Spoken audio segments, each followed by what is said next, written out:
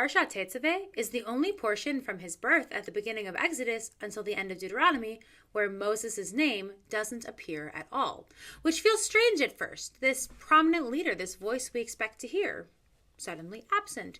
And yet this entire parashah is full of presence, light that must be kept burning, garments made with care, rituals that create holiness in real time. It's a reminder that sacred impact isn't only about being the one whose name is on the marquee.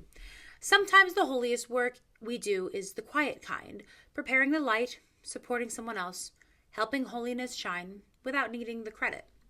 And that actually sets us up beautifully for this Shabbat Zachor, when we're asked to remember what Amalek did, to remember the danger of cruelty and indifference, to remember that forgetting allows harm to flourish. But here's the thing. Jewish memory is never just about the past. It's always about what we do next. Because right on the heels of Shabbat Zachor comes Purim, the most chaotic, joyful, upside-down holiday on our calendar. A story where God's name doesn't appear even once. And yet, like in Tetzaveh, presence is everywhere. Courage is everywhere. Hidden holiness is everywhere. Esther steps forward without knowing the outcome. Mordechai refuses to bow.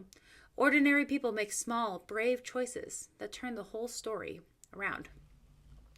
So if Tetzaveh teaches us that you don't need your name in the spotlight to make light, and Zachor teaches us that memory demands moral action, then Purim comes along and says, you already have what you need to help write the next chapter. You don't have to be Moses. You don't have to be the hero of a whole story. You just have to show up. In costume, if you'd like, with generosity, with joy, with the willingness to stand up for one another. Keep the light burning. Remember what matters. And don't underestimate the power of a hidden act of courage or a really good hamantashen to transform the world. Shabbat Shalom and Chag Purim Sameach.